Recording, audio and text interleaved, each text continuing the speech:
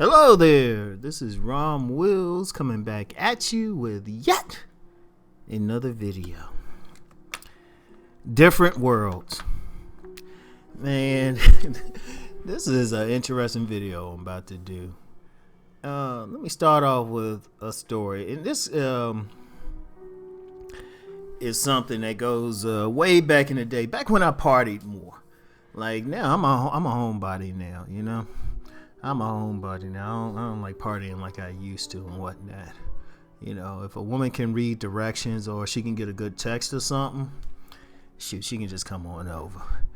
You know, like this Puerto Rican drug dealer told me, it's like a party is just you and your boy just sitting around smoking some weed. Now, I don't do all that. Yeah, I know I love moonshine. Anyway, right? Check it out. Yeah, it was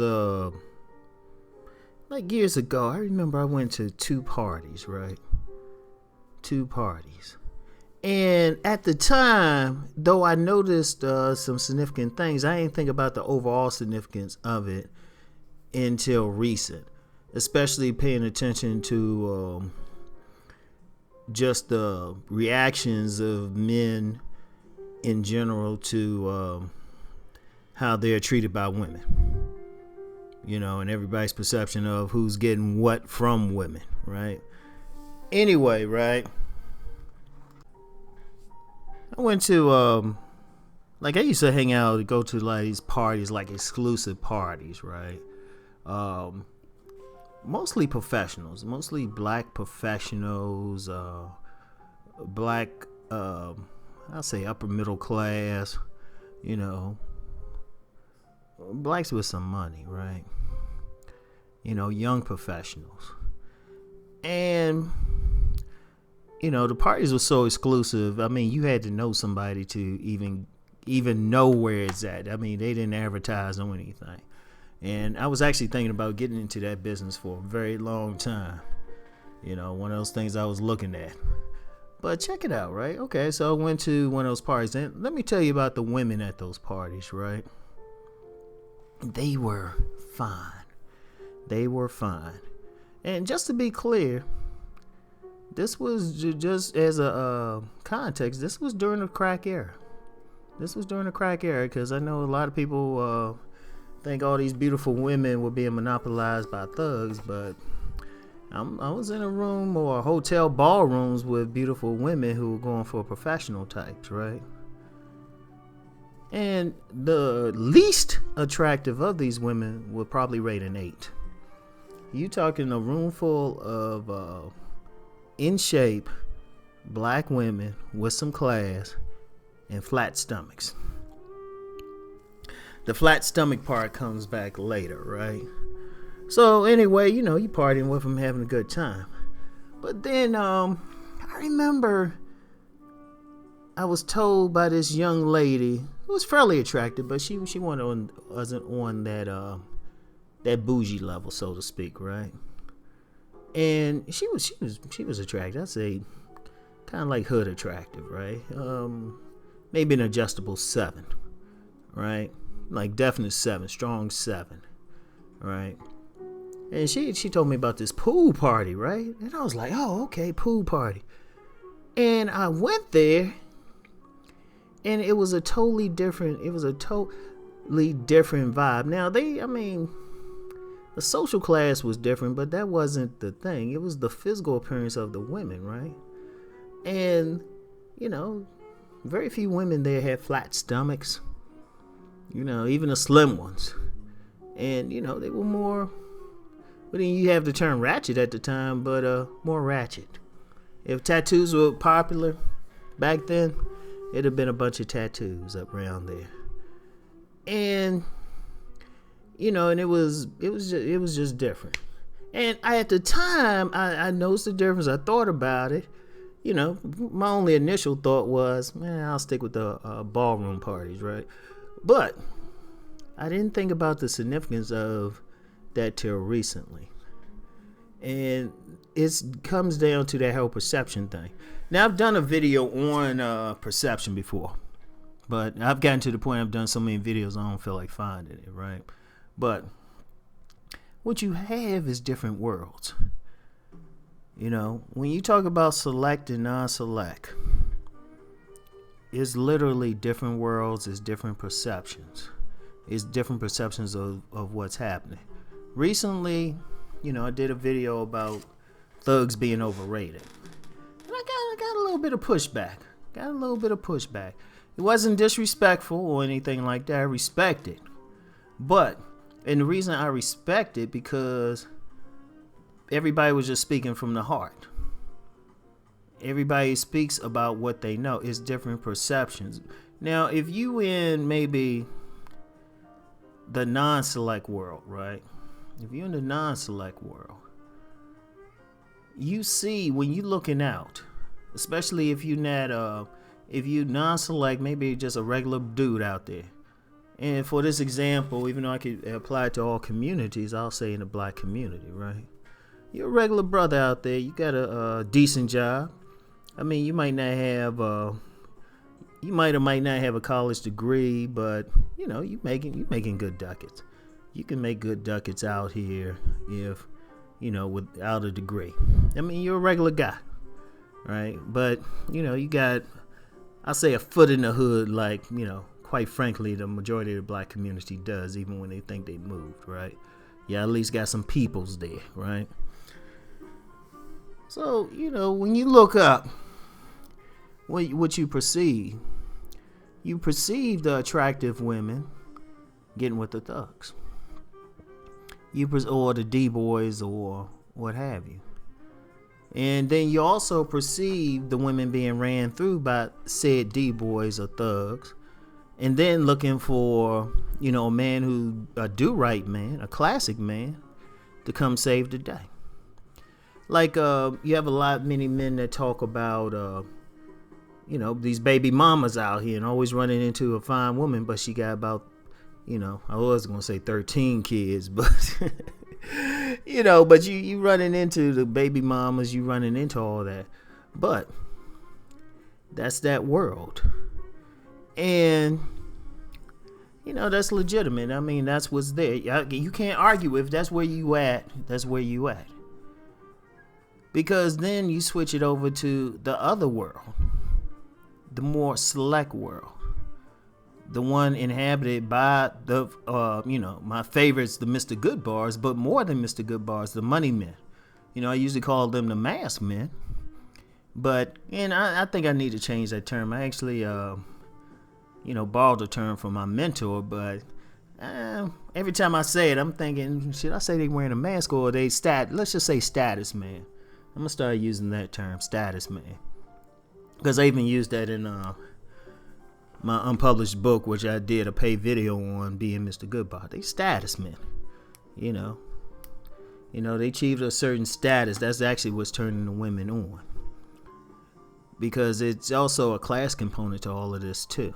So you get like those upperly mobile women, those 92 octanes, as the master teacher BGS would call them. And ain't so much they look for, well, they definitely don't look for the thug, because that thug ain't upgrading them. He doesn't have status. Yeah, there's some occasions where some will dip down, but I would propose a lot of those women who dip down are like 89 octanes who ain't sure where the hell they want to go anyway. But you get those solid 92s, they looking for somebody with some status. And yeah, they can dip down with somebody who doesn't have status every now and then if they need an itch scratch. But for the most part, the dude needs to have status. So you get some dudes who have that status, they select. Now their perspective is different. Of course they're going to say, when you talk to them, of course they're going to say, well, shoot, we be seeing some fine women, or, we don't see a bunch of baby mamas.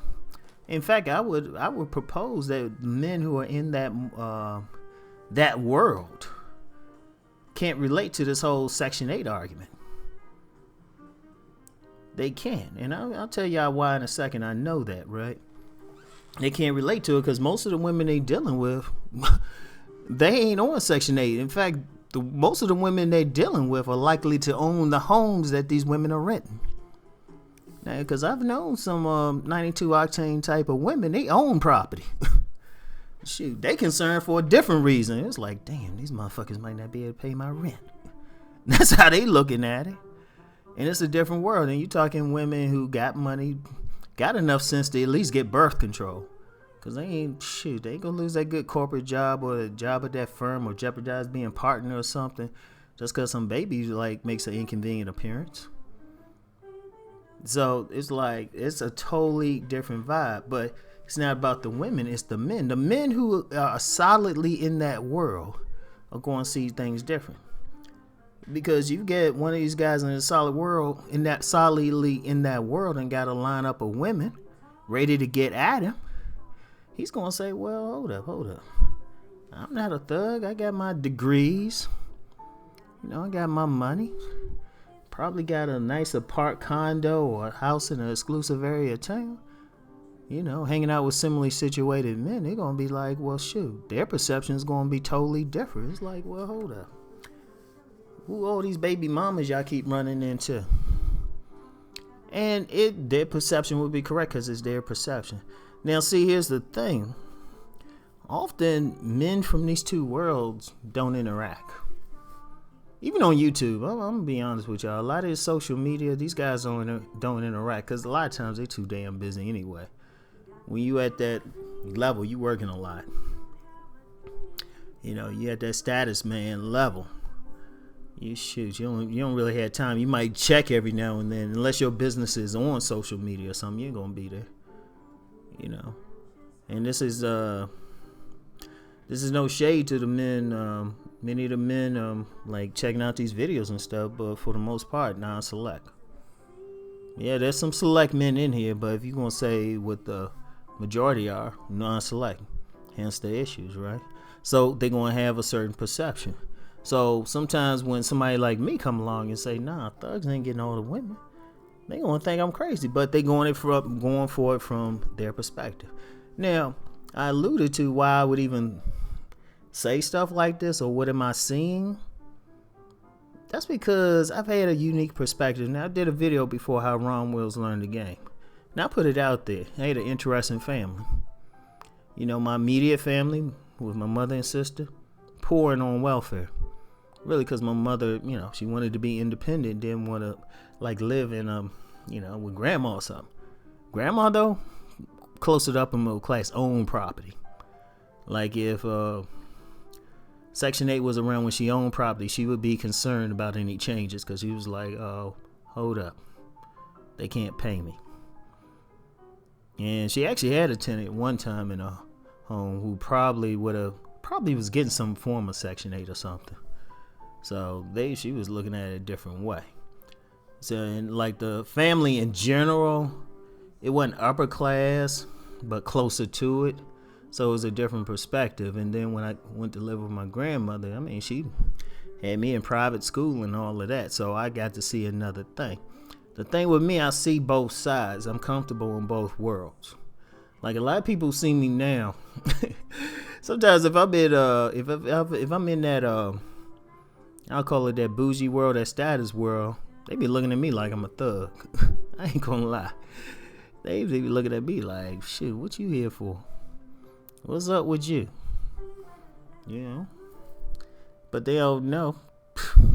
I can roll right with them. If, once I start talking and stuff, they be like, oh, okay. We see what's up with you. But then at the same time, I can roll in the other world as well. And I think one of the things that I think is important to happen, it doesn't happen. And a mentor pointed this out. And this is specifically with regard to relationships, who's getting the women. Like men in that, I'll say, I ain't going to use the class thing. Because that, trust me, that gets into another thing. But just the difference in the select and non-select perceptions of who's getting what is vastly different. Because I can see both sides. I can observe both sides. And, that's why I say some of the biggest players ain't a thug or a bad boy. Is that dude who got the fat crib in an exclusive part of town. Shoot, and he don't even have to spend money. He don't even have to spend money, because many women, especially if they in those circles, they automatically going for that type of man. Because first of all, a lot of those women got money of their own anyway, so that dude don't need to spend money, and she is just as likely to take him out, and then he take her out and all that. So money ain't as much of an issue, but the status is, and many women going for that status. Now, it's hard for maybe a non-select guy to see that, but how many non-select guys have really moved in that world? Again, this is no shade. It's just a reality. See, one thing, especially in the black community, we don't talk about class differences. We don't make a distinction. A lot of times, because of the nature of this society and the nature that the black community really is a subculture of overall Western society, we lump ourselves together. But on the real, if you go into like any establishment, if you have 20 black people, I'm gonna go through there regardless of what it is, and I'm pointing out at least several different cliques or subcultures easily. I mean, and trust me, I've seen it. I've been in situations where you will see it, like even with the women. Like, I'm familiar with a situation you had at this retail establishment I worked one time. It had several sisters there, but they were different social classes, different perspectives, and to the point where they ain't really all interact with each other. I mean, this is real. That perception is different. That different world thing is there, and I wanted to share that today. Just give people an idea. Sometimes if you hear something that goes against your perception, sometimes you got to say to yourself, hold up. Maybe this is the way for somebody over there. Because very few people can say, hey, you know what, I've been on all sides of this. Because trust me, let's bring class into it again. Let's bring that those two parties I talked about at the beginning into it again. Those were two vastly different perceptions, modes of behavior, everything between the two. Only thing they had in common was the same racial background. Other than that, it was like night and day on so many levels. So, it's something to consider. It's something to think about. Even as, I'll throw some stuff out there.